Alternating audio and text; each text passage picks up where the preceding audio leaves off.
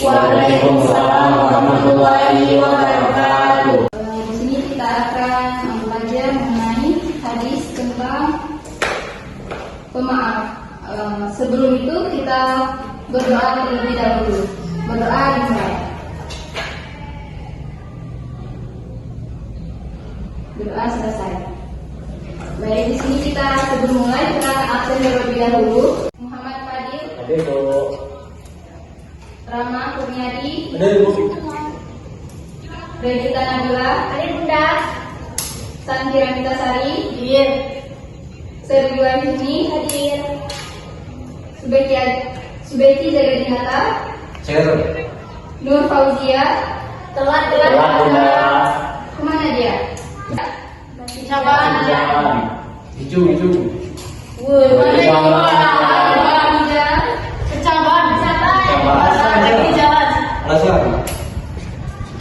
Baiklah, di sini kita akan Akan Bunda.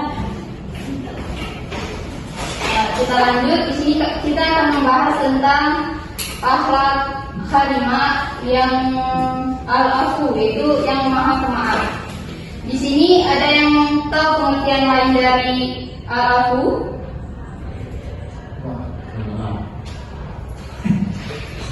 Tidak ada. Bisa. Ya, silahkan. Al-Af itu artinya pemaaf. Jadi ketika ada orang lain berbuat salah atau melakukan kesalahan, kita menerimanya dengan ikhlas. Itu yang dikatakan oleh teman kita tadi, bahwa al-afu artinya yaitu pemaaf. Ya, al-afu berasal dari kata afwa yang berarti memaafkan, menghapus kesalahan dan menutupi aib. Allah Subhanahu wa Ta'ala adalah Zat yang Maha Pemaaf, yang dengan sifatnya ini Dia mengampuni dosa-dosa hambanya yang bertaubat dengan sepenuh hati, tidak menyiksa mereka dengan segera, dan bahkan menghapus dosa-dosa mereka seakan-akan tidak pernah terjadi. Sifat al-afu menunjukkan kasih sayang dan kelembutan Allah Subhanahu wa Ta'ala kepada hambanya.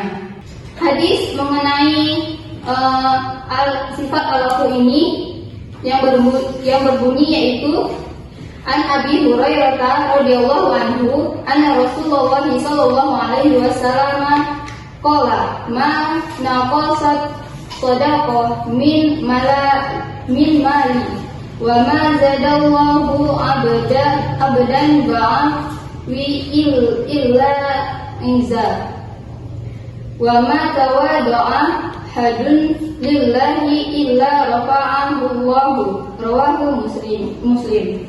Yang artinya dari Abu Hurairah radhiyallahu anhu bahwa Rasulullah sallallahu alaihi wasallam bersabda, tidaklah sedekah itu mengurangi harta dan tidaklah Allah menambah bagi hamba dengan pemberian maafnya kepada saudaranya kecuali kemuliaan di dunia dan di akhirat, serta tidaklah seseorang merendahkan diri karena Allah kecuali dia akan meninggikan derajatnya di dunia dan di akhirat.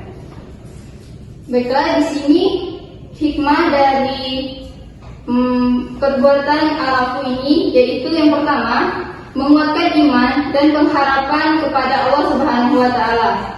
Yang kedua yaitu rasa cinta dan kasih sayang kepada Allah Subhanahu wa Ta'ala.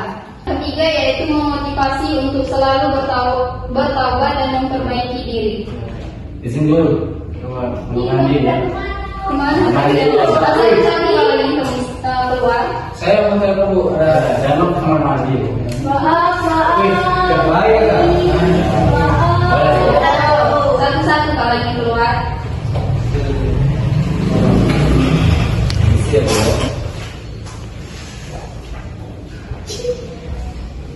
Oke, baik, kita lanjutkan. Yang keempat yaitu menciptakan kedamaian dan harmoni dalam kehidupan bermasyarakat. Setelah itu penerapan al-afu atau pemaaf ini. Yang pertama, membiasakan diri untuk memaafkan kesalahan orang lain. Yang kedua, tidak menyimpan dendam dan permusuhan. Yang ketiga, menutupi aib dan kekurangan orang lain. Yang keempat, bersikap baik dan penuh kasih sayang kepada semua orang. Yang terakhir yaitu cepat meminta maaf jika melakukan kesalahan. Baiklah, di sini sampai sini ada apa yang ingin bertanya?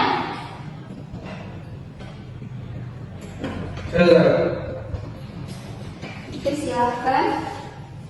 Mengenai maaf atau minta maaf, pemaaf.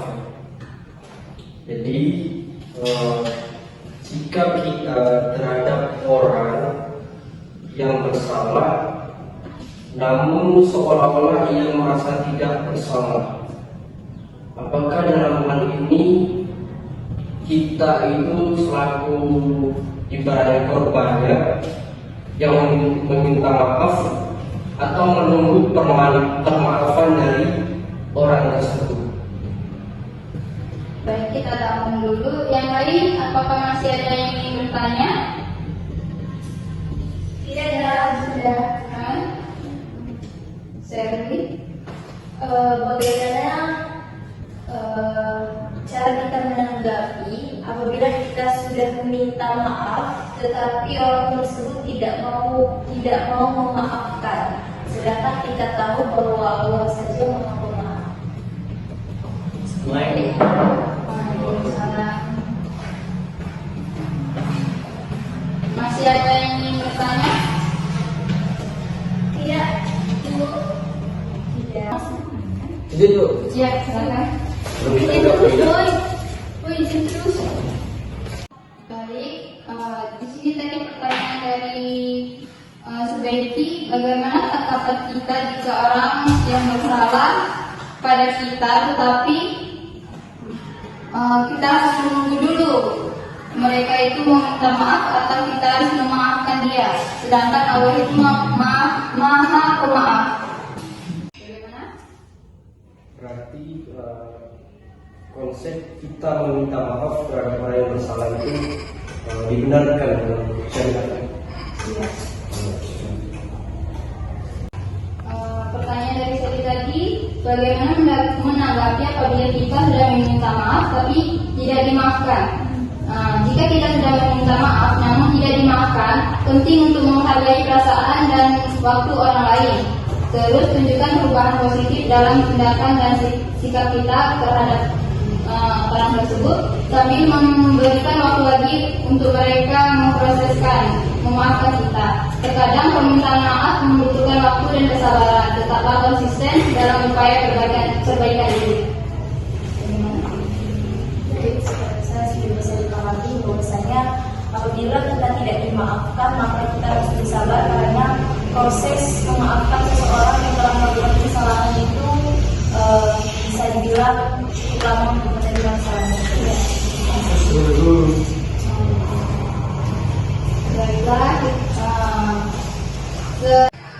Baiklah, dalam situasi seperti itu kita dapat memilih untuk menjaga hati dan sikap positif meskipun orang tersebut mungkin tidak merasa bersalah. Memberikan maaf dapat membantu kita untuk melepaskan beban negatif. Sambil menunggu maaf dari mereka, kita dapat memahami bahwa Allah adalah Maha Pemaaf dan memberikan maaf adalah tindakan mulia yang dapat mendatangkan ketenangan bagi diri kita sendiri. Setelah itu materi yang dapat saya jelaskan tadi, apakah dari kalian semua ada yang bisa menyimpulkan dari yang saya jelaskan tadi? Tidak, Bu. Silakan untuk Subaiti menyimpulkan. Mengenai al-auf atau pemaaf. Jadi sifat pemaaf itu insya Allah nanti balasannya berupa kesejahteraan aja di dunia dan di akhirat. Jadi oleh karenanya dari beberapa pembahasan yang saya katakan tadi, kita selaku manusia